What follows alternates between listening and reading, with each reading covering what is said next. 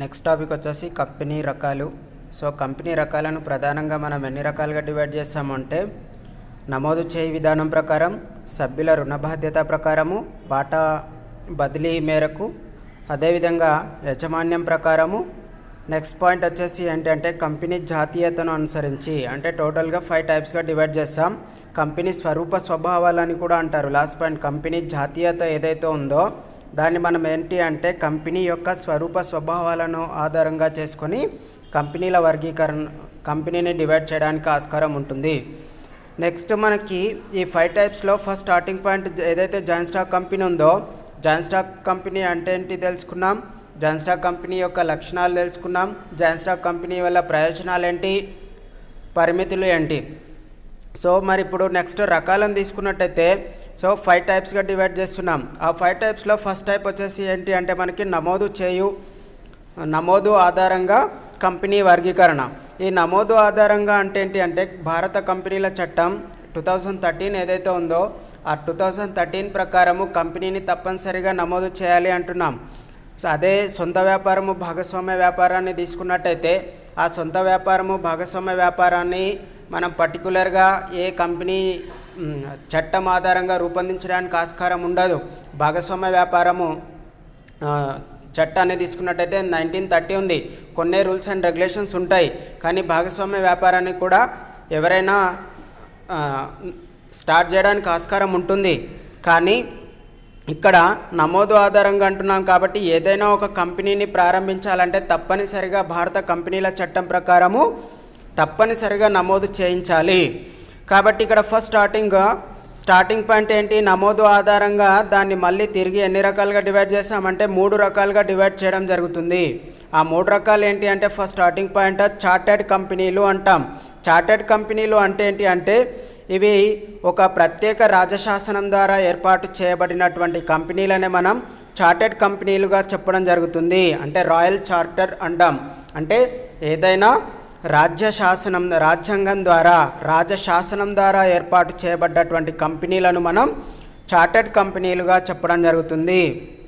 అంటే వీటి యొక్క ప్రధాన ఉద్దేశం ఏంటంటే కొన్ని ప్రత్యేక వాణిజ్య కార్యకలాపాలు ఏవైతే ఉన్నాయో ఆ ప్రత్యేక వాణిజ్య కార్యకలాపాలను రూపొందించడం కోసం ఈ కంపెనీల, అంటే ప్రత్యేక వాణిజ్య కార్యకలాపాలను ప్రోత్సహించడానికి ఈ రాజశాసనం అనేది ఈ కంపెనీలకు కావాల్సినటువంటి ప్రత్యేక హక్కులను కల్పించడం జరుగుతుంది.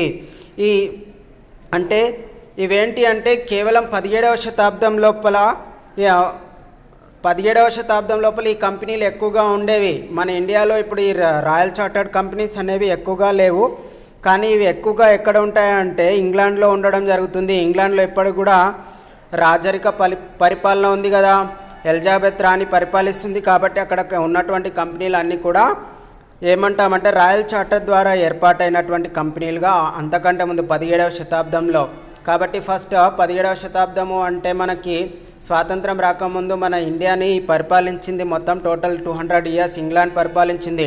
అప్పుడు ఈస్ట్ ఇండియా కంపెనీ వచ్చి మన దేశంలో ఉన్నటువంటి మొత్తం సంపదను కొల్లగొట్టుకొని తీసుకొని పోయింది కదా. సేమ్ యాస్టీస్గా ఆ 17వ శతాబ్దంలో ఏదైతే ఈస్ట్ ఇండియా కంపెనీ ఉందో ఆ ఈస్ట్ ఇండియా కంపెనీ ఒక ప్రత్యేక రాజశాసనం ద్వారా ఏర్పాటైనటువంటి కంపెనీగా చెప్పడం జరుగుతుంది.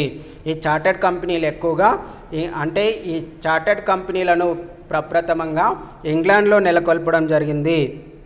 ఇలాంటివి మాత్రం మన దేశంలో ఉండవు. ఎందుకంటే ఇప్పుడు రాజరిక పరిపాలన లేదు కాబట్టి భారతదేశంలో ఎక్కువగా అమల్లో లేవుగా చెప్పడానికి ఆస్కారం ఉంది. నెక్స్ట్ పాయింట్ వచ్చేసి ఏంటంటే శాసనాత్మక కంపెనీలు. మరి శాసనాత్మక కంపెనీలు అంటే ఏంటి అంటే ప్రజా శ్రేయస్సు దృష్ట్యా అటు లోక్సభలో కానీ శాసనసభలో కానీ కేంద్ర రాష్ట్ర ప్రభుత్వాలు ఒక ప్రత్యేక శాసనాన్ని ఏర్పాటు చేసి ఆ శాసనాన్ని ఏర్పాటు చేసి కంపెనీని ఏర్పాటు చేసినట్టయితే అలాంటి కంపెనీలను మనం శాసనాత్మక కంపెనీలుగా చెప్పడం జరుగుతుంది. అంటే ఏదైనా ఒక ప్రత్యేక చట్టాన్ని ఏర్పాటు చేసి ఆ చట్టాన్ని లోక్సభలో కానీ రాజ్యసభలో కానీ బిల్ పాస్ చేసి బిల్ని ఆమోదించినట్టయితే అలాంటి కంపెనీలను మనం శాసనాత్మక కంపెనీలుగా చెప్పడం జరుగుతుంది.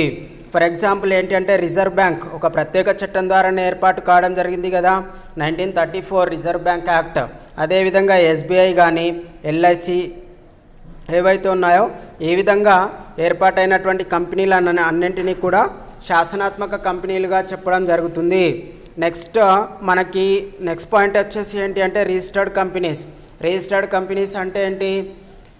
తప్పనిసరిగా భారత కంపెనీల చట్టం ప్రకారము ఏదైతే 1956 కాదు 2013 ప్రకారం తప్పనిసరిగా నమోదు చేయబడాలి.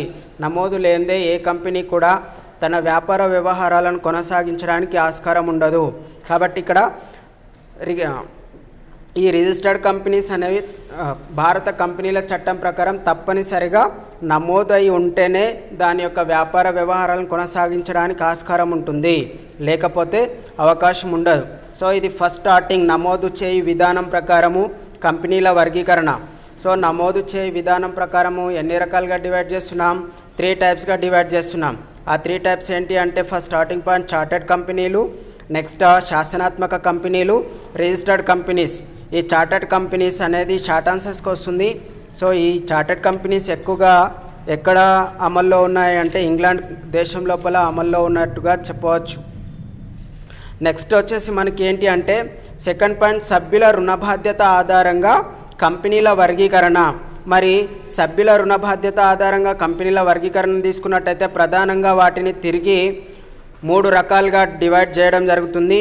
ఆ 3 రకాలు ఏంటి అంటే ఫస్ట్ స్టార్టింగ్ పాయింట్ వాటా పరిమిత కంపెనీలు, పూచీ పరిమిత, సెకండ్ పాయింట్ పూచీ పరిమిత కంపెనీలు, నెక్స్ట్ ఏంటి అంటే అపరిమిత కంపెనీలు.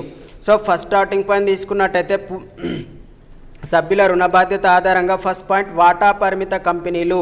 వాటా పరిమిత కంపెనీలు అంటే ఇక్కడ ఏవైతే ఈ కంపెనీల లోపల సభ్యుల వాటా విలువ మేరకు మాత్రమే వారి యొక్క రుణ బాధ్యత ఆధారపడి ఉంటుంది. అంటే సభ్యులు ఇందులోపల ఎన్ని వాటాలను కొనుగోలు చేస్తే ఆ వాటా విలువ మేరకు మాత్రమే రుణ బాధ్యత ఇక్కడ సెకండ్ మనం ఏమంటున్నాం? రుణ బాధ్యత ఆధారంగా అంటున్నాం. కాబట్టి ఇక్కడ సభ్యుల యొక్క రుణ బాధ్యత వారి యొక్క కెపాసిటీని బట్టి వాళ్ళు ఎన్ని వాటాలను కొనుగోలు చేస్తే ఆ వాటా విలువ మేరకు మాత్రమే వీరి యొక్క రుణ బాధ్యత ఆధారపడి ఉంటుంది. మనం సొంత వ్యాపారము, భాగస్వామ్య వ్యాపారం గురించి తెలుసుకున్నాం. అందులో సభ్యుల యొక్క రుణ బాధ్యత అనేది అపరిమితంగా ఉంటుంది అని చెప్పుకున్నాం. ఎందుకోసం అపరిమితంగా ఉంటుంది? తానే సొంత వ్యాపారంలో తీసుకున్నట్టయితే తానే లాభాలు గడిస్తాడు, నష్టాలు వచ్చినా అతనే భరిస్తాడు. కాబట్టి రుణ బాధ్యత అనేది ఎక్కువగా ఉంటుంది. భాగస్వామ్య వ్యాపారంలో భాగస్సుల మధ్య ఉంటుంది కాబట్టి రుణ బాధ్యత అక్కడ కూడా ఎక్కువగానే ఉంటుందిగా చెప్పవచ్చు.